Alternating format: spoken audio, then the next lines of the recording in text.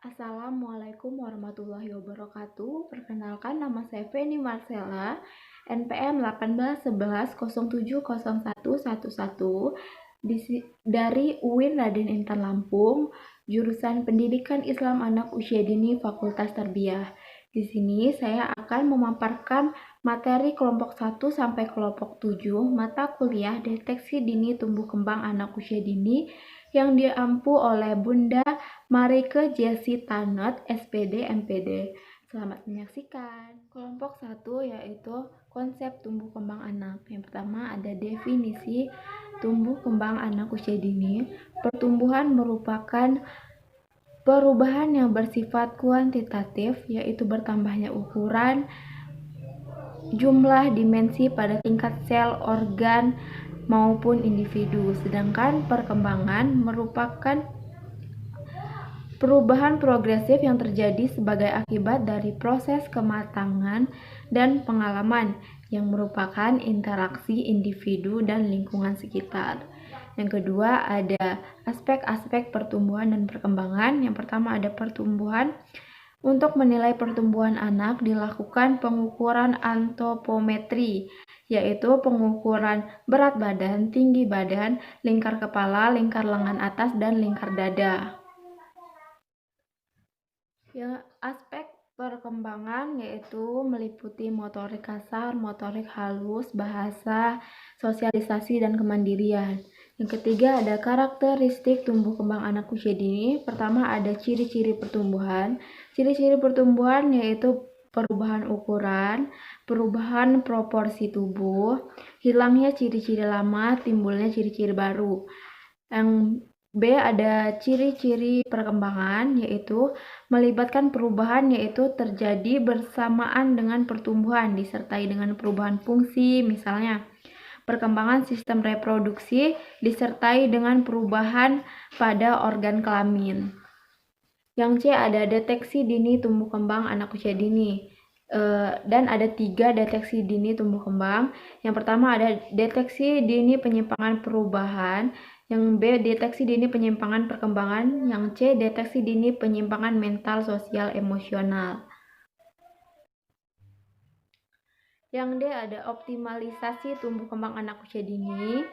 Tumbuh kembang anak sangat dipengaruhi oleh faktor perawatan dan pengasuhan anak yang baik, dan perawatan yang mengacu pada pemberian nutrisi yang baik.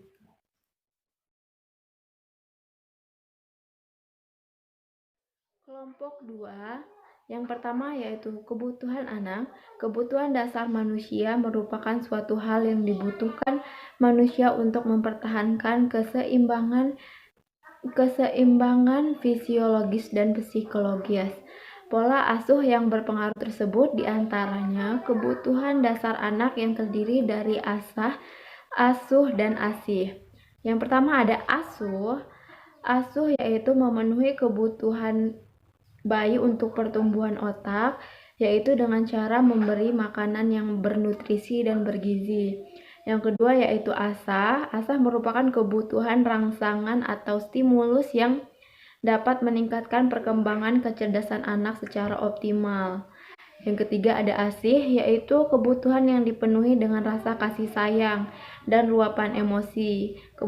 Kebutuhan asih merupakan kebutuhan bayi guna mendukung perkembangan emosi, kasih sayang, dan spiritual anak. Kelompok 3, ya 1. Perawatan ibu hamil, perkembangan janin 0 sampai akhir. Yang pertama ada perawatan dari 1 sampai 3 bulan dan perkembangannya, yaitu lenturkan otot panggul segera setelah Anda mengetahui bahwa Anda hamil.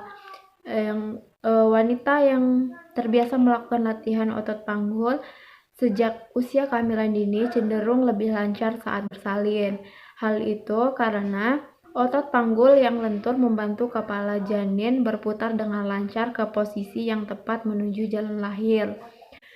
Perkembangan janin 1 bulan. Tahapan perkembangan janin pada bulan pertama dimulai dengan terbentuknya kantung kehamilan yang berfungsi untuk melindungi janin dari air ketuban. Pada bulan ini juga mulai terbentuk plasenta yang berfungsi menyalurkan makanan dan nutrisi dari tubuh ibu hamil ke janinnya.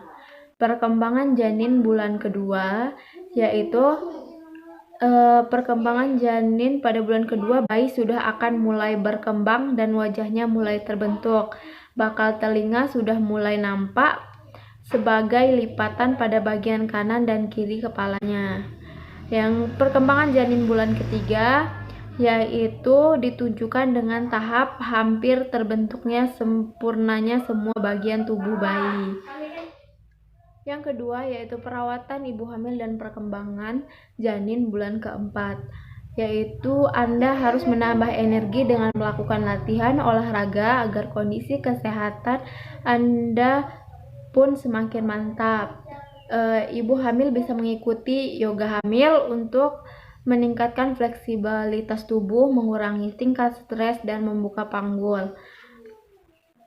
Yang selanjutnya yaitu perawatan ibu hamil dan perkembangan janin di bulan kelima, yaitu ibu hamil harus menentukan rumah sakit setelah dokter memastikan bahwa kehamilan sehat pada usia kandungan 20 minggu, bisa mulai mencari rumah sakit yang sesuai dengan keinginan dan kebutuhan ibu hamil.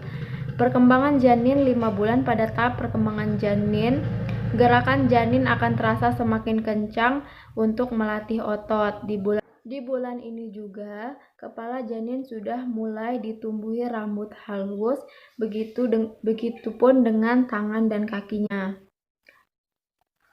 Yang selanjutnya perawatan ibu hamil dan perkembangan janin di bulan ke-6, yaitu ibu hamil harus makan lebih sehat, perbanyak konsumsi makanan sehat yang mengandung asam lemak esensial seperti kacang-kacangan dan ikan, maksimal 2 porsi seminggu. Zat-zat yang ini membantu terbentuknya hormon prostaglandin yang bisa melenturkan dan melembabkan mulut rahim ketika melahirkan. Perkembangan janin usia 6 bulan yaitu keriput pada kulit bayi mulai terbentuk. Pembuluh darah masih bisa terlihat karena kulit sangat tipis, terutama pada daerah sekitar perut. Perawatan ibu hamil dan perkembangan janin bulan ke-7 yaitu hadiri kelas antenatal jika ibu hamil tertarik pada teknik atau metode persalinan tertentu seperti hyperbirth dan waterbirth. Anda bisa mencari praktis yang komponen atau dokter yang spesifik menangani teknik tersebut. Perkembangan janin pada 7 bulan yaitu anak sudah dapat merespon suara-suara yang didengarkan di luar perut. Dia juga sudah dapat merasakan adanya cahaya. Yang selanjutnya yaitu perawatan ibu hamil dan perkembangan janin bulan ke-8, yaitu lakukan perineal massage. Memijat bagian perineum bisa membantu mengurangi resiko robekan atau episiotomi saat bersalin. Mulailah memijat bagian ini setiap hari sekitar 6 minggu sebelum waktu melahirkan Anda.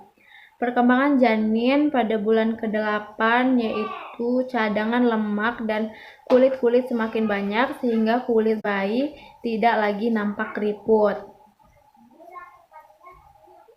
Yang terakhir perawatan ibu hamil dan perkembangan janin bulan ke-9 yaitu menabung nursing bra atau breastfeed selama hamil.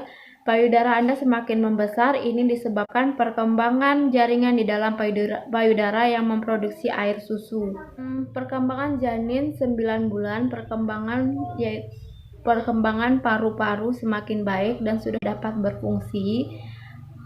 Tubuhnya akan memutar dengan posisi kepala berada di bawah, menghadap jalan lahir. Di bulan ini Anda semakin dekat dengan proses persalinan, sehingga siapkan mental dan fisik Anda. Yang terakhir, yang B yaitu manfaat eksklusif bagi ibu. Yang pertama, menurunkan resiko kanker payudara. Yang kedua, membantu menurunkan berat badan. Yang ketiga, menurunkan resiko osteoporosis. Yang keempat, menurunkan resiko depresi. Yang kelima, mencegah menstruasi.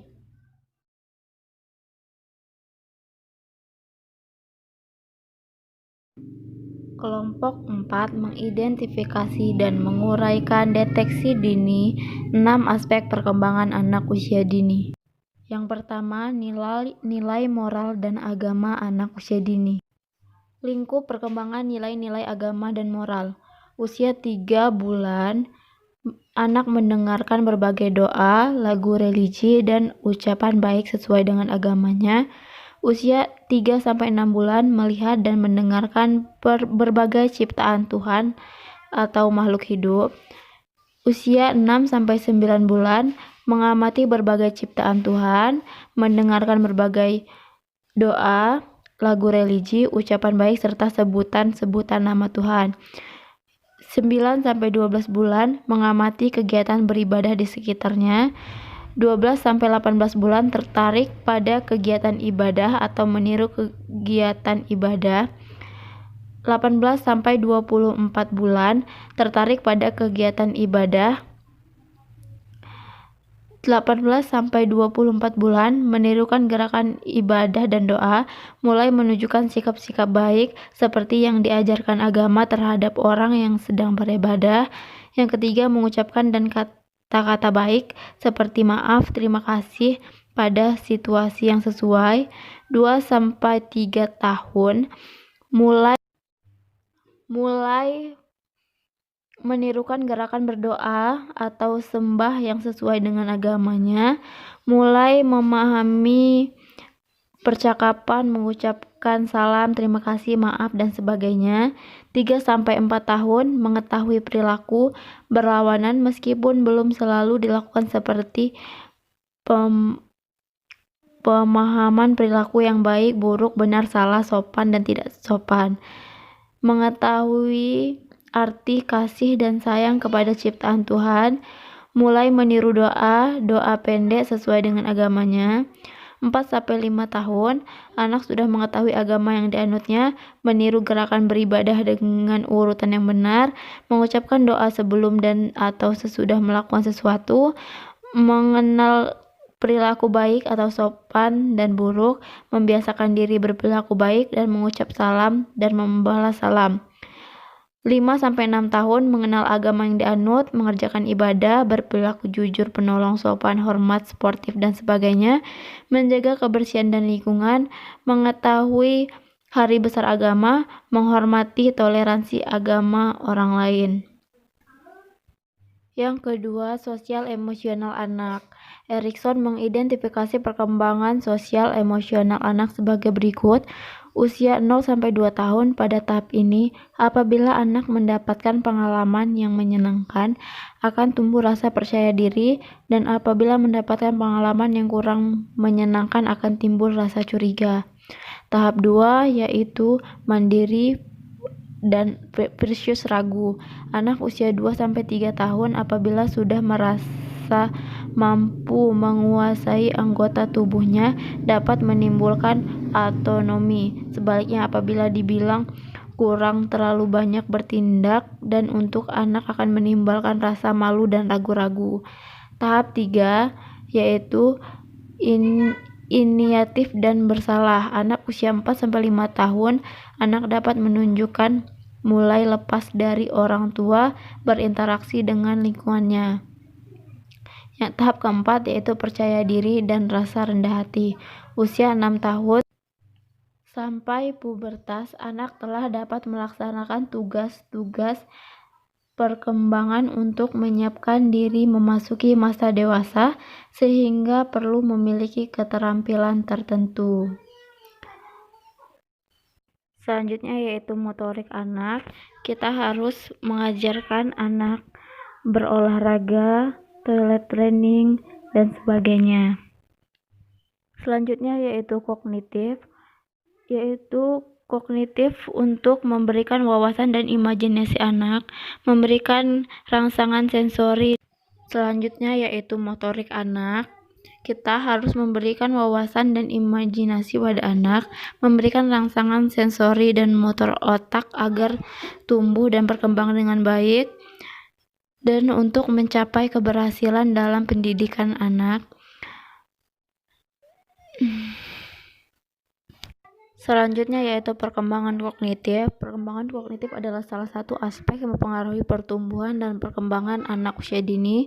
Perkembangan kognitif anak usia dini adalah suatu proses berpikir berupa kemampuan untuk menghubungkan nilai dan mempertimbangkan sesuatu. Dapat juga dimaknai sebagai kemampuan untuk memecahkan masalah atau menciptakan karya yang dihargai dalam suatu kebudayaan. Selanjutnya yaitu perkembangan bahasa anak. Perkembangan bahasa sebagai salah satu dari kemampuan dasar yang harus dimiliki anak sesuai dengan tahapan usia dan karakteristik perkembangannya. Perkembangan adalah suatu perubahan yang berlangsung seumur hidup dan dipengaruhi oleh berbagai faktor yang saling berinteraksi seperti biologis, kognitif, dan sosial emosional.